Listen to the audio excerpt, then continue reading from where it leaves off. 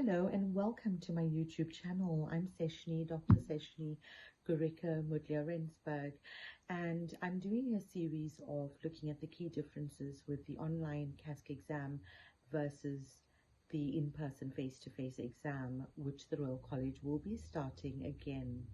So it's important to have a listen to all my videos because you will get all the nuggets of information that many people may not have access to. So do click like, subscribe to my YouTube channel to ensure that you get all the updates. So in this video I want to talk about the badge.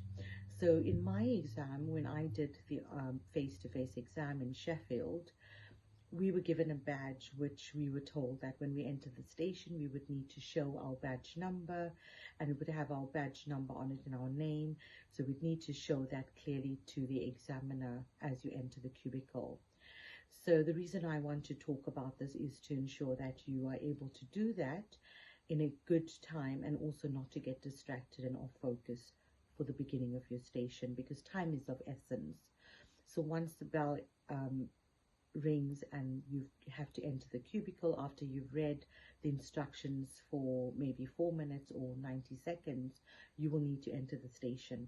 So as you enter the station, you will have to show your badge.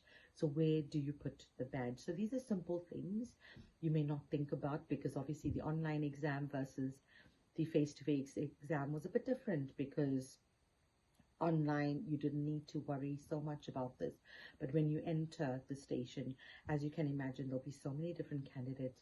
The examiner needs to know who is coming into that cubicle, which doctor, what's your candidate number, because they will be completing the CASC examination sheet and they need to have all this relevant information.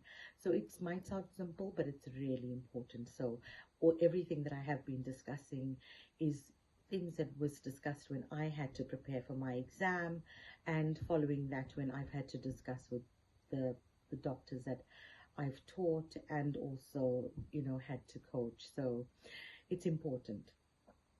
So when you enter, show your badge. Where do you put the badge? Put it on your clothing garment, either on the left or right. If it's a male, if you're wearing a suit, or lady, a dress suit or a blouse, make sure that it's placed in a good position where it would be visible, especially if you have hair, for example. Like if your hair is long as mine and it might be covering the badge, make sure that it's visible, that it's not covering the badge. And the same goes for the male doctors. Make sure that the badge is visible and not covered by anything. So you can make sure that it's also placed correctly, and also at eyesight level. So when you enter the station, if you have to just turn, show the examiner and then be seated. So it's important that this is correct, because you don't want to waste time. You want to make sure that they've got the right candidate, and that obviously you are the person that they are examining. So because you will be in that cubicle, and each of you will have your own examination number, candidate number, so it'll be unique to you.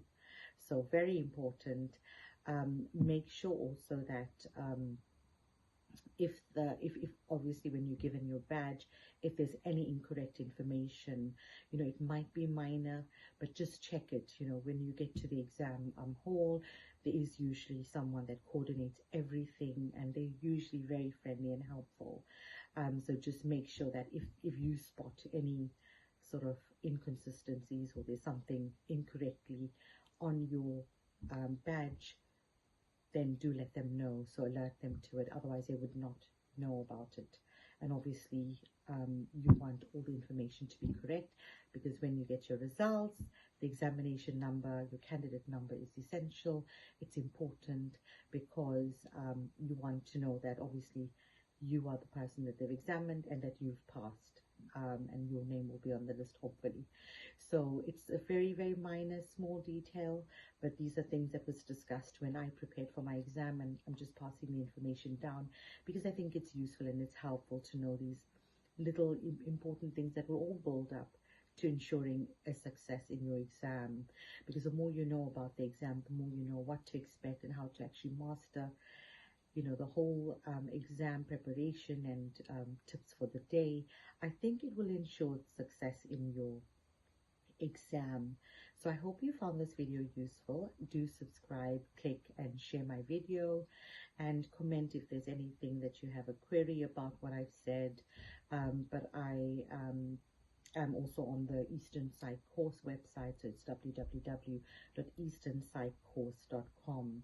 So thank you very much, and yes, so make sure your badge is correctly placed and visible for the examiners. But just to say also, don't waste time. So just show your badge, sit down, the focus should be the patient, as I've discussed in other videos. So make sure you listen to the other videos that I've done in the series, because when you get into the exam cubicle, time is of essence.